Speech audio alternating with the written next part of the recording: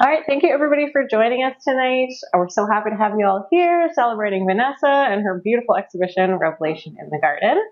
I'll introduce myself as well. I am Tiffany. I am the curator here at Wall Space Gallery, and I've had the pleasure of working with Vanessa on putting the show together. So just to give you a little bit of information on Vanessa, for those of you who might not be familiar with her and her work, Vanessa is a visual artist, obviously, specializing in painting. She currently lives and works in Toronto. And through painting, Vanessa has asked existential questions about life, death, love, relationships, and the human psyche. So predominantly working in oil paint and oil stick. Her works on canvas and mylar contain very luminous imagery and these very beautiful flowing compositions. Vanessa studied painting and drawing at Concordia University, where she completed her honors BFA in 2016. And notably, she was selected in 2019 to participate in the Heliconian Club Artist in Residence. So with that, I will turn us over to Vanessa, who will give us a little more information on the show. And it's been years since I've been in the gallery, and then I think also years since I'm giving an in-person artist talk, so I'll probably be a little bit jittery to start. But it's so nice to be here in this space with all of you and with this work. And I just want to start by thanking Tiffany and Phoebe and everyone at the gallery just for, the way the show is curated and hung and all the hard work you guys put into everything. I think it's kind of every artist's dream to build a body of work and then have somebody support you in building that and then put it on the walls and invite people to see it. It's really just such an honor. So I'm so grateful to you guys for that, and for Erin, who was the curator that first invited me to this gallery. So thank you. So the show, the title of the show, Revelation in the Garden, is a really good kind of encapsulation of a lot of the themes that run throughout the work.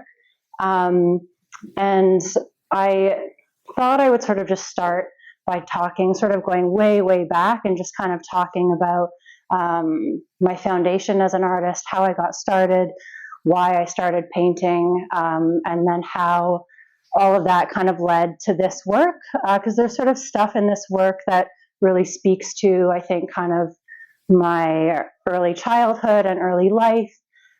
So I grew up in a big family, 8 siblings, Irish Catholic, very creative, very religious, alcoholism, lots of love, lots of joy, lots of chaos, sort of a really full, I think, upbringing. And I think, we were exposed to a lot of music, but not a ton of visual art. So for me, a lot of the early imagery that I looked at with regards to painting was in churches and iconography, and was kind of that sort of vein of painting and drawing.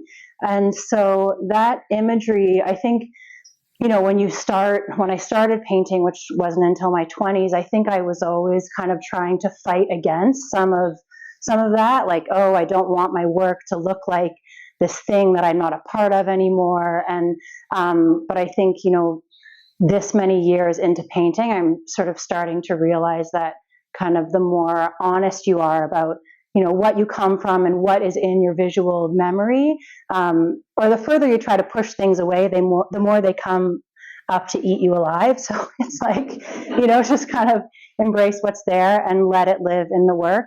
So I've really done that in this show. You can kind of see a lot of these themes of revelation, and I think a search for something spiritual, for something greater than yourself or myself. And I think, I'm not religious or practicing, but I think, what growing up in that environment instilled in me was kind of always this desire to sort of search for truth and meaning. And painting really became the place where I felt that I was able to do that. So when Tiffany says, these works are sort of asking existential questions, I think that's really what my process is in the studio when I get in there. I'm really, it's not intellectual, like what is the meaning of life, but it's very much like when I kind of sit down in front of a canvas and try and drop into a zone that is free from just like the mess of everyday stuff. I'm kind of thinking about who we are and what we're made of and what we come from and what is, the meaning of life, I guess. So it sounds big, but then it's also very small at the same time, in the sense that I tend to work very intuitively and start with kind of large washes of color and sort of pull figures out of the muck of the color as I kind of work. So I don't necessarily have a fixed sense of where a painting is going. When I start, I don't make a drawing and then paint the drawing. I just kind of start and see what happens. And I thought I would sort of take you through a process of one of the paintings in this show, Once Buried, which is the big piece over there with the sleeping figure on the bottom and the sort of center Greek chorus, as I like to think of them, and then the angel or Phoenix or Christ. I'm still sorting through what that figure is, but I thought I would speak to that painting. And I paint over work quite a bit. So the underpainting of that piece is actually a piece that was in this gallery years ago that was done sort of just at the start of COVID, and I'll pass these around for you. Do you remember that painting? And, it was kind of this, again, just sort of large washes of color and figures walking in wind. And, but there was something sort of pandemic-ish about it. These like floating balls that were in the air, and but it was in the gallery for a while, came back into my studio, and when things sit around my studio, I tend to just want to rework them.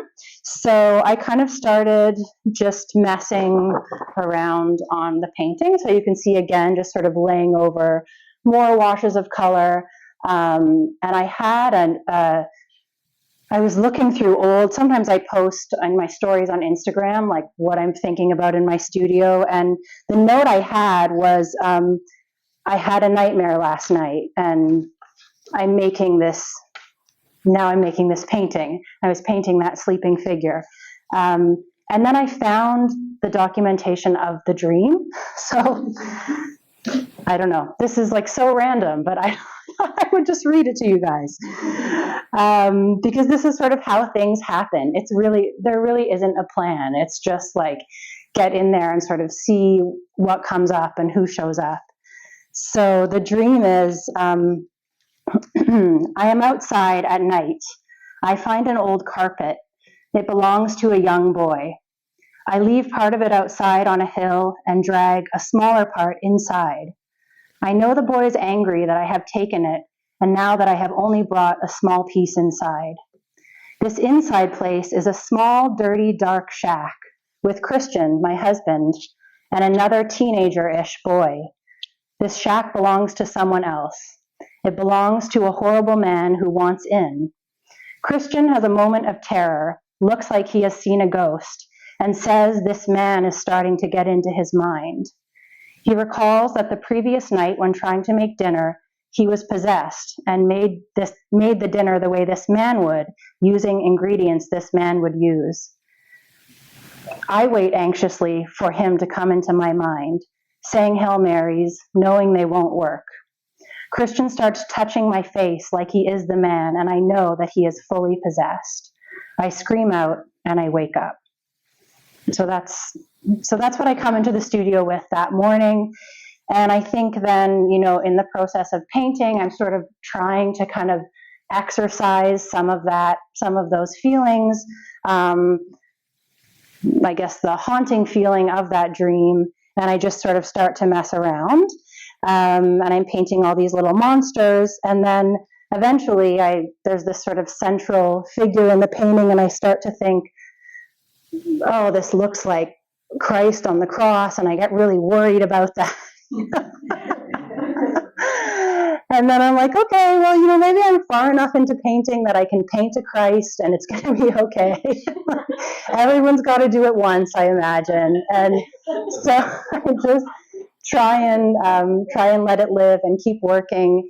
And then slowly over a course of weeks and months, the painting evolves to that. So I think the sleeping reference is there as kind of always this reference to dreams and time in the studio and time at night, slipping into other places, other worlds, the world of the unconscious, and just spaces that are really separate from my day-to-day reality.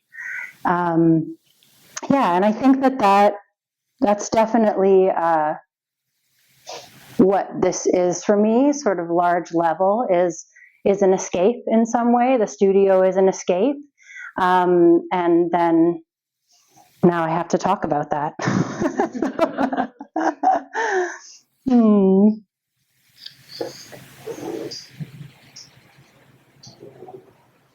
So this piece here that we're in front of is called Transfiguration in Moonlight. And the central figure here, I don't have a copy of this, but was actually from a large drawing that I had made in, I think, like 2019. This figure was in a pool of water with a group of figures that all seemed as if they were dead, like they had sort of these dark eyes, and this was the one sort of living figure, and he had a crown on, and I always thought of him as like this little prince. This is before I had children, so no reference to that, but and I was like cleaning out my studio, found that drawing and remembered, oh my gosh, I always loved this gesture and loved this figure, and so tried to work it into another painting. And that, that's just kind of speaks to the way I think I'm sort of 20 years in now to this practice. So it's really interesting how sometimes you make something and put it away and you don't think there's much there. And then you pull it out one day and now it's time for this thing to live again in another piece.